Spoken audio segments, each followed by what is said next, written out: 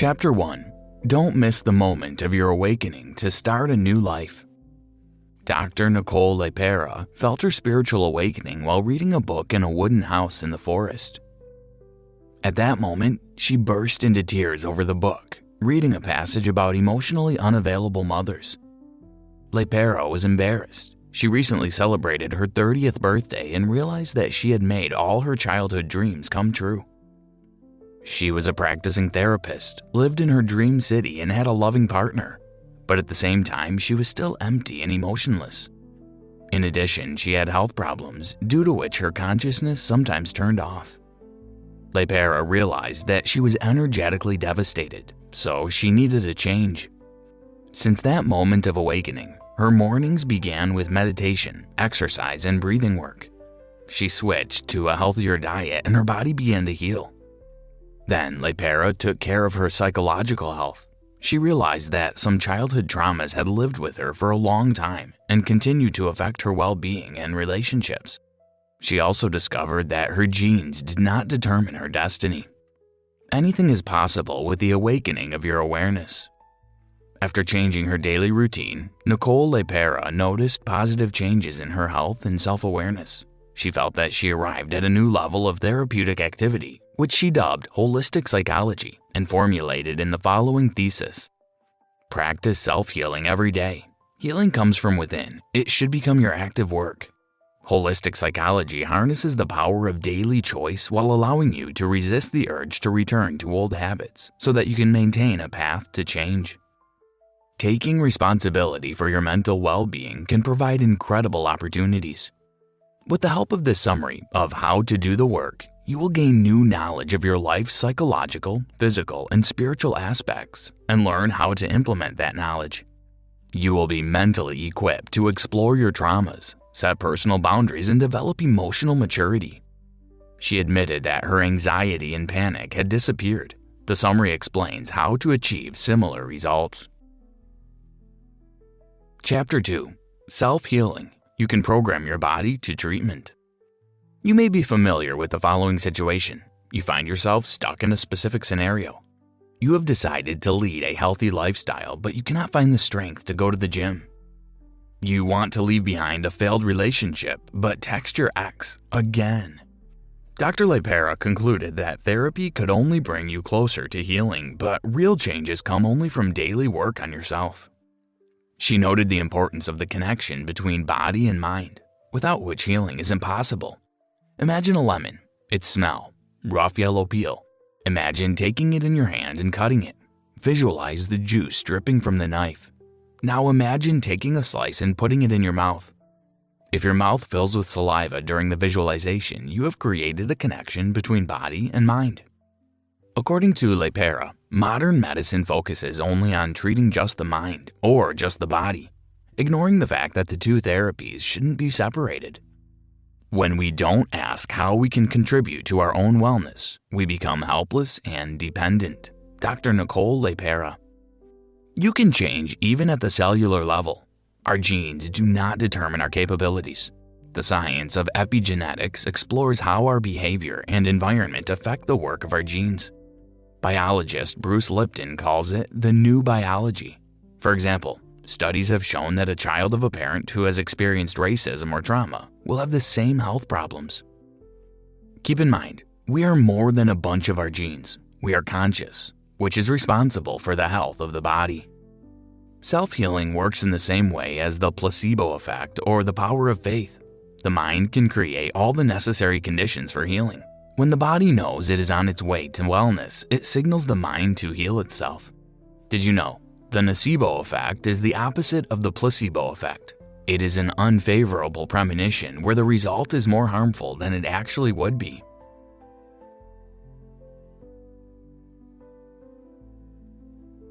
Chapter 3. Recognizing Patterns and Future Self Journal as the method of overcoming them. Dr. Nicole LePera has developed a short questionnaire for those who feel stuck in specific patterns and cannot get on the path of change. If you answer yes one or more times, you may need help. Number 1. Do you feel that sometimes you are overreacting to events?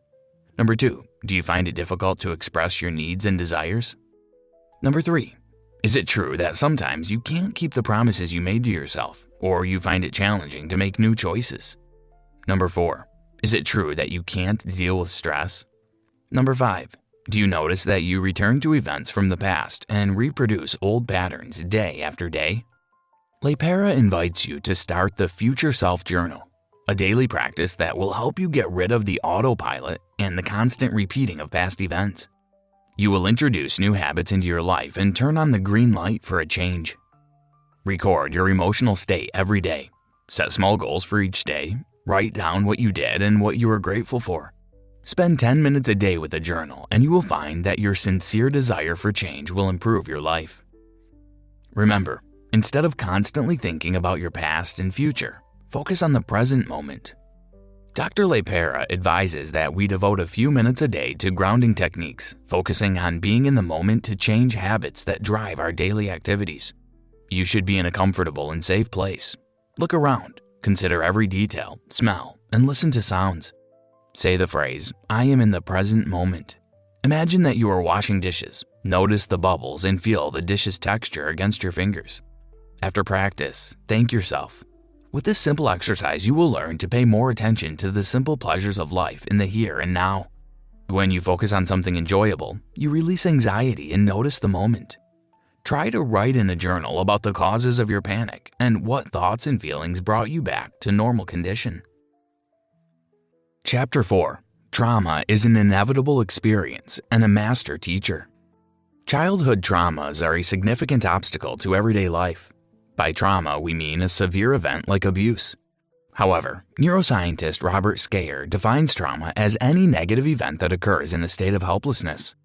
For example, Nicole Lepera didn't experience violence or harassment as a child. Still, as an adult, she realized that important memories, first kiss, graduation, seemed blurred in her memory, and she hardly remembered faces. As it turned out, she suffered spiritual trauma. Remember, traumatic experiences may not always be obvious to you. When the parent figures have not treated or recognized their untreated traumas, they will most likely affect the child. Trauma can also lead to anxiety and panic attacks. Lepera suggests analyzing the archetypes of trauma. Number 1. Parents denied their child's reality.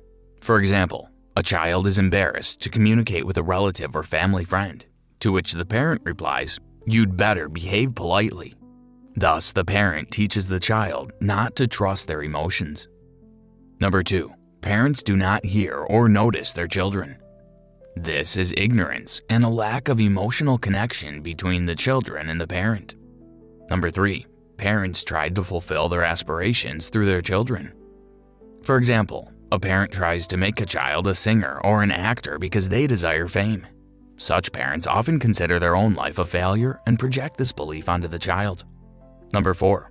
Parents didn't respect their child's boundaries. For example, a parent secretly reads their child's diary. As a result, the child becomes evasive. Number 5. Parents fixated on appearance. Number 6. Over-emotional parents.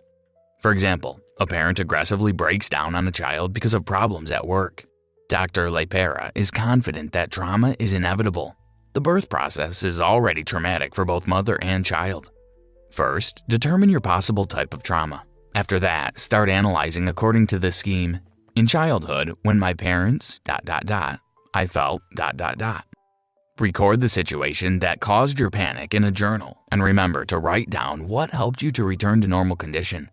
As you get closer to understanding your trauma, it will become easier to relieve your anxiety. Chapter 5. Love your body, relieve stress. When your mental state is under stress, your body cannot help but react to it. There are 2 types of stress: normative, which helps you grow and adapt, and chronic, which harms your entire body. If left untreated, your immune system will activate an inflammatory response throughout the body. According to Dr. Stephen Porges' polyvagal theory, the body's vagus nerve connects the brain and gut. In a safe situation, the nerve signals the body to relax, bringing calm and allowing easy communication with others. But when stressed, the nerve triggers the body to respond accordingly. The heart beats faster when an X arrives, and public speaking causes stomach pain. People with poor vagal tone, chronic stress, suffer from concentration problems, lack of emotional stability, and have difficulty meeting new people. The body perceives public gatherings as a threat. If you don't deal with stress, you risk getting stuck in trauma and becoming addicted to the intense physical response caused by stress. Keep in mind, stress can turn into a bad habit like smoking. For example, you cannot interact with your partner when you return home after a stressful workday. Instead, you turn on Netflix and watch true crime to get back to your usual unstressed state. How do you deal with this? Record your condition in the journal every day. Write down what you have done to heal, what you're grateful for, how the practice will change you for the better. Ground yourself. Find a smell, sound, or an object. Focus all your senses on it. Try meditation. Close your eyes, take a deep breath. Imagine light shining from your heart. Repeat that you are safe and put your hands on your heart. Limit your sources of information. Try spending more time in nature. These simple ways can help you get rid of your anxiety. The more attention you pay to your health and calmness, the easier it will be for you to defeat panic attacks. Chapter 6. How to Heal Body and Mind. Daily Practices. Self-healing begins with the ability to understand the needs of your body and inner self. You can establish the connection between your brain and body with the top-down process. An example of such a practice is meditation. You control the body with your brain and navigate it to calmness. The opposite approach, from the body to mind, is breathing or the physical aspects of yoga. Mindful breathing is one more key to life without anxiety. Try Wim Hof's breathing exercises. This famous Dutchman controls the processes of his body with the help of breathing, which allows him to feel comfortable in extreme temperatures. Number 1. Practice in the morning or evening with an empty stomach. Number 2. Sit or lie down in a comfortable place. Number 3. Inhale deeply with your lower abdomen. Number 4. When you take in your maximum breath, stop and hold it for 2 to 3 seconds. Number 5. Exhale slowly without exerting effort. Breathe in and out at your usual pace. Number 6. Repeat 10 times. Nutrition is an essential part of a healthy body. But eating when lonely, sad, or bored, without listening to the body's needs, and eating excess sugar, processed carbohydrates, and trans fats causes inflammation and can lead to intestinal dysbiosis. You can improve your gut health by adding fermented foods such as sauerkraut, yogurt, kefir, and kimchi to your diet. Pay attention to your sleep patterns. Coffee and alcohol interfere with good rest. Lepera advises to stop drinking alcohol 3 hours before bed and limit your coffee intake after noon. Avoid using your phone a few hours before bed. Instead, read, play with your pet, or take a bath. Healing the mind begins with belief. The image of who you are is your view of the world. The more often you have specific thoughts, the more your brain believes they are true. But faith is just a practiced thought. Observe your thoughts throughout the day. Write them down in a journal to create new beliefs instead. Pick the one that would make the most significant difference in your life and start working on it by thinking about it more and more. Remember, traumatic experiences shape many of your beliefs in life. Chapter 7. Find your relationship patterns and face your ego. Relationships with parents shape the dynamics of all subsequent relationships that emerge in adulthood. Psychologist Mary Ainsworth has identified 4 types of attachment that occur in the first 18 months of life. Safe. The child is briefly upset when mom leaves the room but quickly recovers and is happy when she returns. Anxiety resistant. The child is distraught when the mother leaves and cannot calm down for a long time. Avoidant. The child barely reacts when the mother leaves and returns. Disorganized, disoriented. The child's reaction is unpredictable. Failure to form secure attachments during childhood leads to toxic relationships with friends and partners. There are 7 archetypes of the inner child whose behavior patterns arise in adults. Caretaker. Takes care of everyone except themselves. Overachiever. Feels their importance only through achievements. Underachiever. Tries to be invisible because of fear of failure. Rescuer or protector. Tries to save everyone. the life of the party, always cheerful and afraid to show their weaknesses. Yes person, leaves their needs behind to help others. Hero worshiper, needs an example to follow. Even if your life is not divided into pre-post traumatic events, there are chances that some patterns from childhood still live inside you. Try to write a letter to your inner child. Keep in mind, the inner child inevitably lives within every adult. Imagine a friend or relative tells you that you look tired. In response, you sarcastically respond that you work a lot and that it's probably great to have a lot of free time. Objectively, you were told that you look tired, but you are sure that the person who said this is rude. This reaction is the response of your ego, which forms in childhood through beliefs transmitted by your environment. In other words, the ego has a tendency to defend itself, which is why it doesn't always clearly assess the situation. The ego is a consequence of your life experience. You can work with your ego, making it more open to the world. Find a quiet place, sit down, close your eyes, and repeat, "I am safe, and I choose a new way to experience myself as separate from my ego." Give your ego a name. It will make it easier for you to separate yourself from it. Learn to recognize when your ego is speaking and when the voice of reason is speaking. Chapter 8. The pinnacle of self-care is setting personal boundaries. Lack of supportive parenting relationships during childhood can lead to persistent toxic relationships in adulthood.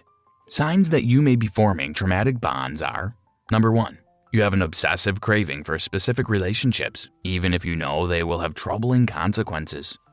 Number 2, your relationships rarely meet your needs. Number 3, you only strive to satisfy yourself in a relationship. Determine the type of attachment that sounds familiar to you. In this case, keeping a diary of observations and forming new, healthy beliefs also helps. Another vital element of self-healing is creating healthy boundaries. The ability to express the emotions and opinions that belong only to you is an important skill. The formation of personal boundaries results from all the self-work described in this summary. Boundaries protect you. They keep you physically balanced. They help you connect to your intuitive self and are critical to experiencing authentic love. Dr. Nicole Lepera. When you set boundaries, you experience a sense of security. Your physical well-being also returns to normal since the automatic nervous system is in a state of calm. Remember, there's great liberating power in one simple no. Observe your life situations to understand which of the following categories your boundaries belong to. Tough. You have few close relationships. You are afraid of rejection and do not know how to ask for help. Loose. You often please others. The opinions of other people determine your self-esteem. It's hard for you to refuse. Flexible. You value your beliefs and thoughts. Know how to communicate your needs and regulate emotions. Try the following. Number 1, determine which aspect of your life needs boundaries. Number 2, simulate situations that you would like to change. Think only about your comfort and not about how others will feel. For example, you may feel uncomfortable when a coworker jokes about your clothes or when friends use you to complain about a relationship. Number 3, the third step may seem simple, but it is often the most difficult: maintaining new boundaries. Once you've established a boundary, it's important not to give up and stay calm while resisting over-explanation. Remember, personal boundaries are not for others, but for you. Conclusion. Psychologist Dr. Steve Taylor believes there is a phenomenon of awareness that he calls awakening. Awakening is the ability to understand that you have a soul that connects you to the universe. Dr. Lepera noted that people who practice spiritual activities can reestablish a connection with the wise inner parent. How do you awaken it? Number 1, learn to regulate your emotional state to deal with stress. Engage in breathing practices. Release your emotions without feeling guilty. Number 2, discipline yourself. Create small goals and rituals for the day and try to fulfill them. Number 3, take care of yourself. Supporting your own needs is the key to your well-being. Do some meditation, exercise, and keep a journal. Try to spend more time in nature. Number 4, discover the childish ability to wonder. Dance or sing to your favorite song. Do something unplanned. Number 5. Practice meditation to better understand your body and your emotions. Learning to maintain partnerships and friendships is another key to happiness. Look for people who can become your new friends. For example, in communities on social networks. When facing a stressful situation, take the time to answer the following questions. What patterns led me to this situation? How can I overcome discomfort? How can I deal with criticism? How can I forgive myself and others? Remember that the essence of self-healing lies in your continuous work on yourself. It starts with listening and hearing yourself and continues with respecting the needs of body and soul. Try this. Dr. Nicole LePera advises to fill out the Future Self Journal according to a specific template with the following points. Today, I am practicing blank. I am grateful for blank. Today, I am blank. Change in this area allows me to blank. Daily journaling is another way to take care of yourself and improve your quality of life.